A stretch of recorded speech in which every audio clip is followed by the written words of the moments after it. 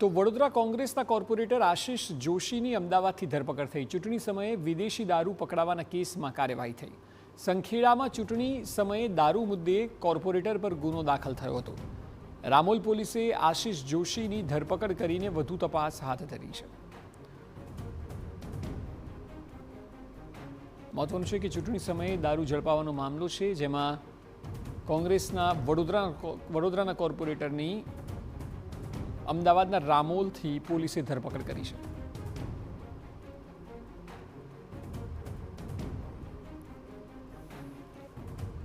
અનેક જગ્યાએથી દારૂ ઝડપાવાના મામલા સામે આવ્યા હતા। તેમાંથી એક વડોદરામાં આશિષ જોશીને ત્યાંથી પણ દારૂ ઝડપાયો હતો, જેમાં તેઓની વિરુદ્ધ કાર્યવાહી કરવામાં આવી છે। તેઓ પોતે કોંગ્રેસના કોર્પોરેટર છે વડોદરાથી, અને રામોલ ખાતે પોલીસે આશિષ જોશીની ધરપકડ કરી લીધી છે અને ધરપકડ બાદ આગળની કાયદેસરની કાર્યવાહી હાથ ધરી છે।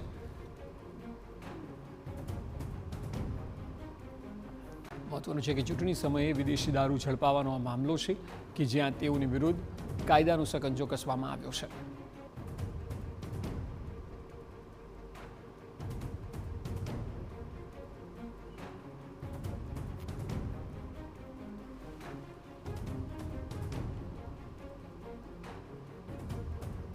વધુ માહિતી આપી રહ્યા છે સંવાદદાતા અંજલિ ઓઝા। અંજલિ, જણાવો આખો એ મામલો શું છે?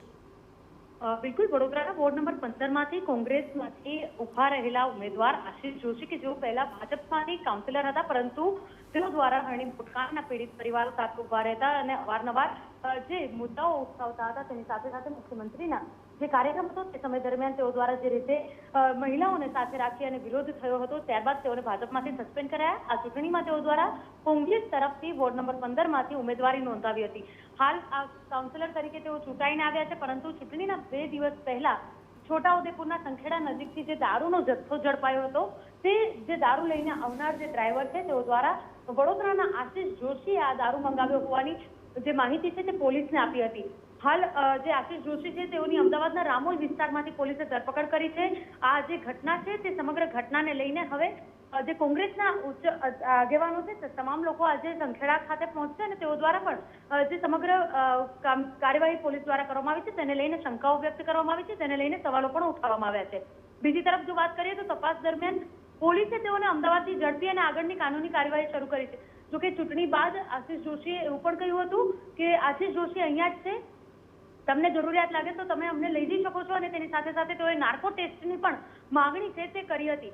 જે સમગ્ર ઘટના બની તેને લઈને હવે રાજકીય વર્તુળમાં ચર્ચાનો માહોલ સર્જાયો છે। તો બીજી તરફ પ્રદેશ કોંગ્રેસ સમિતિના જે મીડિયા કોર્ડિનેટર અને પ્રવક્તા છે હેમાંગ રાવલ, તેઓએ એવું પણ કહ્યું છે કે વડોદરામાં ભારતીય જનતા પાર્ટીની છાતી પર ચડીને ભાજપના નેતાઓની ગુંડાગીરીને મચક નહીં આપનાર જે વોર્ડ નંબર 15માં જીતેલા કાઉન્સિલર છે તેઓએ ભાજપના ધારાસભ્યનું અભિમાનને ચકનાચૂર કરી નાખ્યું હતું, તેના વિરુદ્ધ જે કાર્યવાહી છે તે કરવામાં આવી છે અને તેઓ દ્વારા જે સમગ્ર કાર્યવાહી છે તેને લઈને અનેક સવાલો પણ ઉભા કરવામાં આવ્યા છે।